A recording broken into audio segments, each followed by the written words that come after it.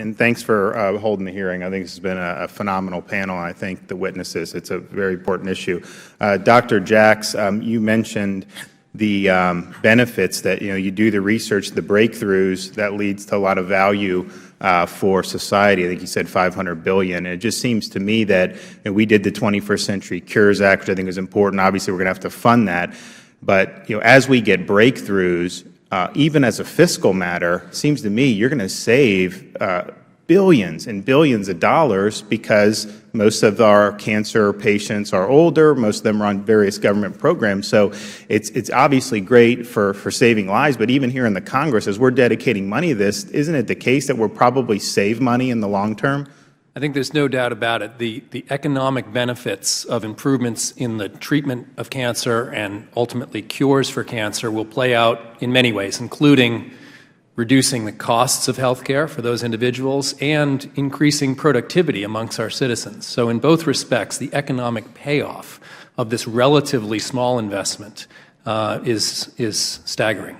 And so with that in mind, what are the funding requirements under 21st Century Cures and NIH's work in cancer research? What do we have to be doing here in the Congress, and anyone that wants to chime in on that? Well, I'm happy to start. The funding of the 21st Century Cures Act was a very important step. It provided dedicated funding to begin the initiatives that we outlined in the Moonshot and Blue Ribbon panel, and so we're grateful to that for that, and that work is already beginning. I think, frankly, the bigger issue is the NIH budget and the consequent effects on the NCI budget.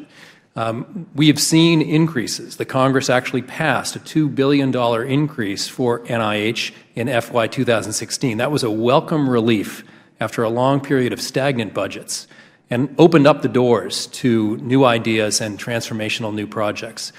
The FY 2017 likewise had an increase of $2 billion from the Congress. I think advances or increases of that magnitude will be important for a sustained period of time to allow us to deliver on the promise of biomedical research. Now, we do a lot of oversight in this committee about how government spends money, and even the NIH, you do see studies where they spent millions of dollars on studying binge drinking in sororities or stuff that taxpayers look at, and I think that that should be definitely viewed, and we can criticize that. But can you reduce funding for NIH to the extent that's being discussed without negatively affecting cancer research, Dr. Jacks?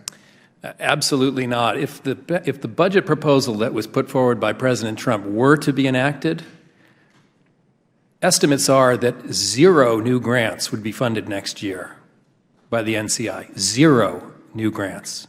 So the simple answer to your question is no. We could not pursue the exciting forms of cancer research that we're currently undertaking if that proposal were to be enacted. Go ahead. Perhaps I can comment as well. About 80% of the NIH budget actually is dispersed to the states, to the cancer centers, for research, for training, for centers. And as Dr. Jacks said, this proposed $5.8 billion cut would be absolutely devastating. No new grants. It affects the economy of our states because every dollar of federal funding turns into new jobs and economic growth within our states. And most importantly, I think, to highlight is the critical importance and the critical impact of this type of a cut on the pipeline of trainees that really is the future of cancer research and future of biomedical research in our country. These folks would not be able to be funded, and we'd lose a whole generation. And then because I know there is private money that's involved, but it just seems if there's that few or that little government money available, then you can't even leverage the private as much as you would. Is that fair to say? That's very fair to say. We couldn't leverage the private money, but also I think the NIH money allows for innovation. Often the private money is geared towards specific interests of that private foundation. So we will lose innovation in this country if we decrease this budget. Great. Well, I appreciate the testimony. I think that this is very important. And Ms. Carr, thank you. It was a great testimony.